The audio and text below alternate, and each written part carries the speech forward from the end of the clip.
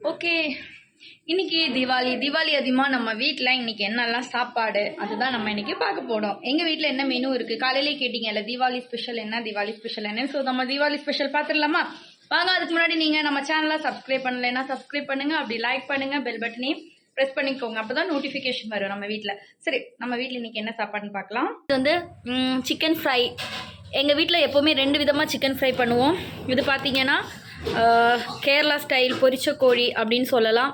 இது தமிழ்நாடு ஸ்டைல் நீங்கள் வந்து சிக்கன் பக்கோடான்னு சொல்லுவீங்க, அப்புறம் வந்து சிக்கன் 65ன்னு சொல்லுவீங்க, எப்படி வேணாலும் சொல்லிக்கலாம், அது நீங்களே பேர் வச்சுக்கோங்க. அப்புறம் வந்து அப்பளம். இது வந்து போட்டி, மட்டன் போட்டி. இதுதான் எங்கள் ஊரில் உள்ள ஸ்பெஷல். ஆமாம், இது கிண்டுமா.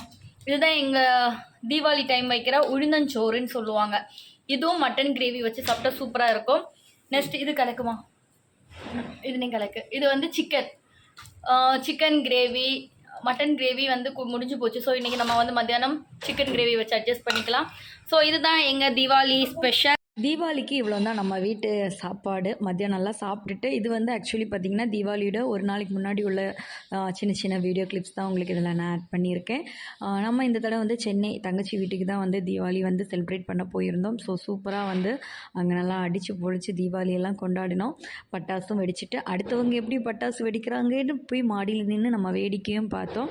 அதுதான் ஹைலைட்டுன்னு சொல்கிறேன். ஏன்னா நம்ம வீட்டில் எவ்வளோ தான் காசு செலவு பண்ணி வந்து பட்டாசெல்லாம் வெடித்தாலுமே அப்படி மாடியில் ஏறி நின்று அப்படி அடுத்தவங்க வெடிக்கிறது பார்த்து ரசிக்கிறதே தனி சுகம். அது வந்து வேடிக்கை பார்க்குறது இன்னும் ரொம்ப அழகாக இருக்குது. யாரெல்லாம் அப்படி வந்து வேடிக்கை பார்க்குறதுல இன்ட்ரெஸ்ட் காமிப்பீங்க மாடிக்கு போய் அப்படின்னு சொல்லிட்டு கமெண்ட் பண்ணிக்கோங்க. ஸோ இந்த நம்மளுடைய 2025 தீபாவளி சூப்பராக முடிஞ்சுது.